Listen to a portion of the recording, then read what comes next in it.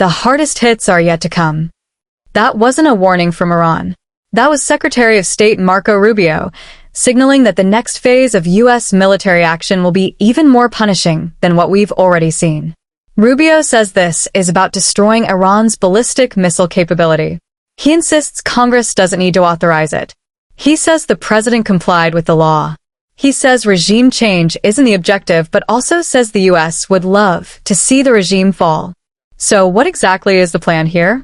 If the hardest strikes haven't happened yet, if there's no diplomatic channel open, and if this continues as long as it takes, are we watching a limited military operation, or the beginning of something much bigger?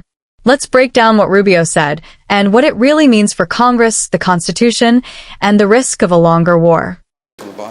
So look, the United States conducted this operation with a very clear goal in mind. I haven't got a chance to see a lot of reporting. I don't understand what the confusion is. Let me explain it to you, and I'll do it once again as clearly as possible. Perhaps you'll report it that way. The United States is conducting an operation to eliminate the threat of Iran's short-range ballistic missiles and the threat posed by their Navy, particularly to naval assets. That is what it is focused on doing right now, and it's doing quite successfully. I'll leave it to the Pentagon and the Department of War to discuss the tactics behind that and the progress that's being made. That is the clear objective of this mission.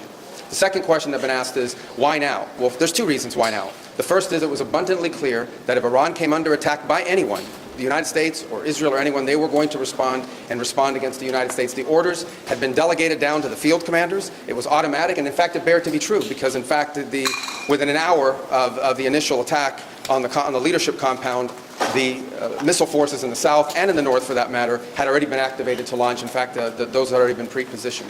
The third is the assessment that was made that if we stood and waited for that attack to come first before we hit them, we would suffer much higher casualties. And so the president made the very wise decision. We knew that there was going to be an Israeli action. We knew that that would precipitate an attack against American forces. And we knew that if we didn't preemptively go after them before they launched those attacks, we would suffer higher casualties and perhaps even higher those killed. And then we would all be here answering questions about why we knew that and didn't act. Going back to the purpose of this is to destroy that missile capability. Why does Iran want that ballistic missile capability? What they are trying to do, and have been trying to do for a very long time, is build a conventional weapons capability as a shield where they can hide behind. Meaning, there would come a point where they have so many conventional missiles, so many drones, and it can inflict so much damage that no one can do anything about their nuclear program. That is what they were trying to do, is put themselves in a place of immunity where the damage they could inflict on the region would be so high that no one can do anything about their nuclear program or their nuclear ambitions. They are producing, by some estimates, over 100 of these missiles a month. Compare that to the 6 or 7 interceptors that can be built a month. They can build 100 of these a month, not to mention the thousands of one-way attack drones that they also have. They've been doing this for a very long time, and by the way, they've been doing it under sanction. You see the attacks they're conducting right now? They're attacking airports, they're attacking hotels, they're hitting not just military bases, they're attacking our embassies directly, they're attacking facilities that have nothing to do with war or with military, and that's a weakened Iran. That's in Iran despite years of sanction.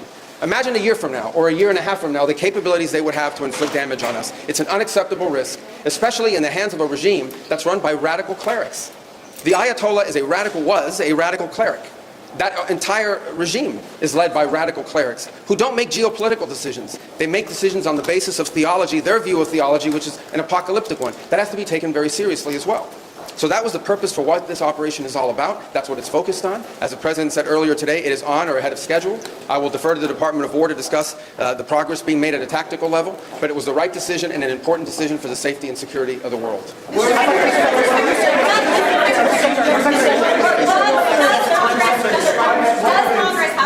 Does Congress have to weigh it? Is the President declaring war, and does Congress have to weigh it? And was there an imminent threat? Did you tell lawmakers that there was an imminent threat? There absolutely was an imminent threat, and the imminent threat was that we knew that if Iran was attacked, and we believed they would be attacked, that they would immediately come after us. And we were not going to sit there and absorb a blow before we responded, because the Department of War assessed that if we did that, if we waited for them to hit us first after they were attacked, and by someone else, Israel attacked them, they hit us first, and we waited for them to hit us, we would suffer more casualties and more deaths. We went proactively in a defensive way to prevent them from inflicting higher damage. Had we not done so, there would have been hearings on Capitol Hill about how we knew that this was going to happen, and we didn't act preemptively to prevent more casualties and more loss of life. The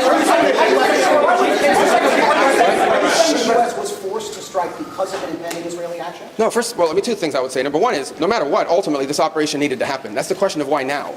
But this operation needed to happen because Iran in about a year or a year and a half would cross the line of immunity, meaning they would have so many short-range missiles, so many drones, that no one could do anything about it because they could hold the whole world hostage. Look at the damage they're doing now. And this is a weakened Iran. Imagine a year from now. So that had to happen. Obviously, we were aware of Israeli intentions and understood what that would mean for us, and we had to be prepared to act as a result of it. But this had to happen no matter what. Secretary, President Trump said overnight that his top choices to now run Iran were killed in strikes. Does the United States have a firm plan for how they intend to handle this power vacuum in Iran to ensure that an Irish hardliner does not take power? So two things, and two things can be true. Number one is our mission and our focus is the destruction of their ballistic missile capabilities and their ability to manufacture them, as well as the threat posed by their Navy to global shipping. That's our objective. That said, we would not mind, we would not be heartbroken, and we hope that the Iranian people can overthrow this government and establish a new future for that country. We would love for that to be possible. But the objective of this mission is the destruction of their ballistic missile capabilities and of their naval capabilities. So are you saying, based on that, are you saying that there is no responsibility, no plan for the U.S. to at least play a role in whatever government comes next? We might. We'll see how circumstances play out. But I'm telling you what the objectives of this operation are. The objectives of this operation are to destroy their ballistic missile capability and make sure they can't rebuild it, and make sure that they can't hide behind that to have a nuclear program. That's the objective of the mission. That said, abundantly clear, we would love for there to be an Iran that's not governed by radical Shia clerics. As I've said myself repeatedly for years, the leadership of that country does not reflect the people of Iran, and I think that's been pretty apparent in the protests that you've seen. If there's something we can do to help them down the road, we'd obviously be open to it, but that's not the objective. The objective of this mission is the destruction of their ballistic missile capability. Regime change has not gone well for the United States. What now? Regime change has not gone well for the United States for many, many decades. How do you assure the American public that things will not get worse for the next regime that comes in there and replaces the Well, we would love to see this regime be replaced. And ultimately, as the president has said, he calls... No, but let me finish my answer. As the president has said, he would love for the people of Iran to use this as an opportunity to rise up and remove these leaders. They've been wanting to remove them for a long time. We've seen successive waves of protests, and we've seen them slaughter people. Okay? But the objective of this mission is to make sure they don't have these weapons that can threaten us and our allies in the region. That's why we're doing what we're doing now. And while we would love to see a new regime, the bottom line is no matter who governs that country a year from now, they're not going to have these ballistic missiles and they're not going to have these drones to threaten us. That's the objective of this mission, is to deny them the ability to use ballistic missiles to threaten their neighbors, to threaten our bases, to threaten our presence in the region, and ultimately as a shield behind which they can do whatever they want with their nuclear weapons ambition. We were not going to let them hide behind that, and that's why this was such a critical mission to undertake now while they were at their weakest point, and not a year from now where they could inflict even more damage and perhaps already be behind that point of immunity. Right here behind, go ahead, you and then you. Yes. Your critics in Congress have said that they should have a role, they should be able to weigh in here, and there are going to be war powers resolutions votes in Congress later this week. Why not notify Congress ahead of this, and does Congress... Well, we did. We notified Congress. I mean, we notified the Gang of Eight. We notified congressional leadership. There's no law that requires us to do that. The law says we have to notify them 48 hours after beginning hostilities. We've done that. I think the notification went today. But we did notify members of Congress in advance. But we can't notify 535 members of Congress. vote to authorize the war? Well, the Congress can vote on whatever they want, but there's no law that requires us to do that. And I want to say something because I see people on TV. Look, that's fine. If they want to take a war powers vote, they can do that. They've done that. They've done that a bunch of times. But people keep saying that there's no law that requires the president to have done anything with regards to this. To begin with, no presidential administration has ever accepted the War Powers Act as constitutional. Not Republican presidents, not Democratic presidents. That said, we have followed the notification at 48 hours, and we're here today. I've done more Gang of Eight briefings than I got in the 4 years that Biden was president and I was a member of the Gang of Eight. All of that said, we've complied with the law 100%. And we're going to continue to comply with it. We've done the notification, and we officially to Congress, but we did notify members of Congress. We just can't notify 535 people. That's not possible, but we did the Gang of Eight twice. I briefed them last week, and then I called them the night before the operation. Can you tell us what you know, Mr. Secretary, of the administration knows about the strike on a building in southern Iran that the Iranians are saying was a school, reports of large civilians, including children killed? Yeah, I've seen those reports. I would refer you, not because I'm not trying to answer your question, but I don't want to get it wrong. The Department of War would be investigating that if that was our strike, and I would refer your question to them, and I'll make sure they're aware that you have that question. But we'd like to know. American missile. Well, clearly, the United States would not deliberately target a school. Our objectives are missiles, both the ability to manufacture them and the ability to launch them, and the one-way attract drones. That would be our focus, and that's what we would be focused on. We would have no interest and, frankly, no incentive to target civilian infrastructure. The Iranians are, on the other hand, targeting civilian infrastructure. You guys have seen it. I'm sure you've seen it. They're hitting hotels. They're hitting embassies. They're hitting airports. They're hitting oil infrastructure. Well, it'd be very tragic, but I can't speak to the details behind it because I just don't have it. It would be a tragic outcome if it's happened. I don't have the details as to what led to it. But what is clear is that the United States would not deliberately target a school. They are, on the other hand, deliberately targeting civilians, as you've seen, because you know why? They are a terroristic regime. They sponsor terrorism and they participate in terrorism. What's your message to Americans who are concerned about rising energy prices given the spiking of oil prices today? Yes, and we knew that going in would be a factor, and so we have a program in place that will begin to be implemented by Secretary Wright, Secretary Bessent. We talked about it last night, again, about this program. We talked this morning, and starting tomorrow you will see us rolling out those phases to try to mitigate against that. Obviously, markets are going to be reacting to news about what's happening. And again, a reminder, think about it, okay? This terroristic regime, led by radical clerics, has the ability, potentially, to shut off 20% of global energy. That's the kind of leverage they have because of their Navy. We're going to destroy their Navy. But there is a plan in place. We anticipated this could be an issue, and Secretary Wright and Bessent will begin to roll out those steps starting tomorrow to mitigate against the impact that could have. I got to do this briefly, so I got a couple more. Do you anticipate putting boots on the ground, and how long do you anticipate the conflict to last? Well, we don't. Let me say two things about it. Number one, the president always has the options to undertake whatever operations he decides to do as the commander-in-chief. That said, we believe the objective that we have set for this mission, which is the destruction of their ballistic missile capabilities, both launch capability and manufacturing, can be achieved without ground forces. Right now, we're not postured for ground forces, but obviously the president has those options. He's never going to rule out anything. But right now, our focus is on the destruction of their ballistic missile launchers, their ballistic missile stockpiles, and their ballistic missile manufacturing capability, as well as their one-way attract drones and their Navy, because of the threat it poses to global shipping. How long does All right, I can only do one more, right there in the middle. Yes, sir. Is there a diplomatic exchange going on right now between the U.S. and Iran?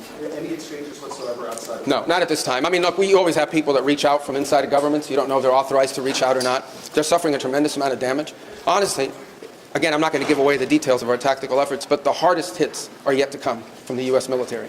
The next phase will be even more punishing on Iran than it is right now. Someone was screaming, how long will it take? I don't know how long it'll take. We have objectives. We will do this as long as it takes to achieve those objectives, and we will achieve those objectives. The world will be a safer place when we're done with this operation. All right? Thank you, guys.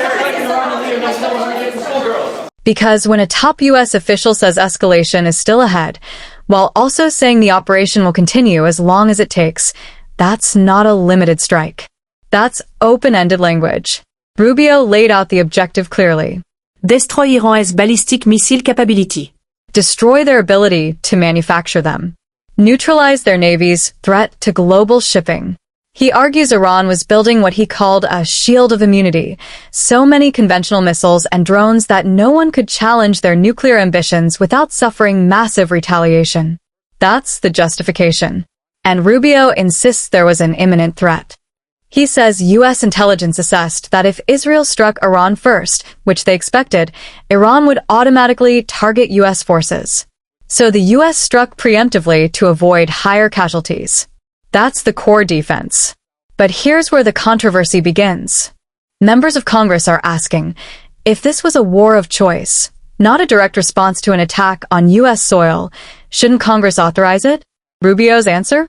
There's no law requiring prior authorization. He says the administration complied with the War Powers notification requirement within 48 hours. He also repeated a long-standing executive branch position that no administration, Republican or Democrat, has ever fully accepted the War Powers Act as constitutional. That's technically true. But here's the deeper issue. The Constitution gives Congress the power to declare war.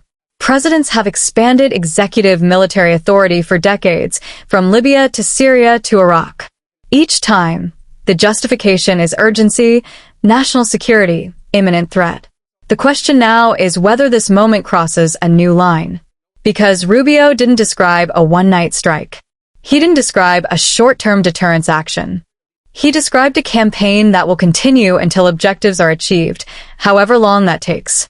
That's where history starts whispering. However long it takes has a familiar ring in American foreign policy. And when asked directly about regime change, Rubio walked a careful line. He said regime change is not the objective. But he also said the U.S. would love to see the Iranian people overthrow their leaders. That kind of language carries consequences. Because when you combine open-ended military timelines, Itens tatemens velkommen regime colapse. No active diplomatic channel, and warnings that the worst strikes are still coming, it raises the risk of miscalculation. Now, Rubio argues this is precisely the moment to act, that Iran is weakened, that waiting a year would allow them to build more missiles, more drones, and reach what he calls a point of immunity. Strategically, that's a preventative doctrine. But politically and constitutionally, Preventative wars have always been controversial. He also addressed rising oil prices, acknowledging energy markets will react, and claimed the administration has mitigation steps ready. But let's be clear. If this escalates into sustained conflict, the economic consequences won't be temporary market volatility. They could reshape global energy supply chains. And then there's the most important question: duration. When asked how long this will last, Rubio said, "I don't know how long it'll take." That's honest. But it's also unsettling. Because Americans have heard that before. The administration's argument is that this is about deterrence and security, preventing Iran from using missile stockpiles as leverage. Critics argue that once you escalate without a clear political end state, you risk drifting into mission creep. So here's where we are. The administration says this is lawful, necessary, and preemptive. Congress is preparing war powers votes. Markets are reacting. Diplomacy is stalled. And the Secretary of State says the hardest hits are still ahead. That's not de-escalation language. That's momentum language. The real question now isn't just whether the objectives are achievable.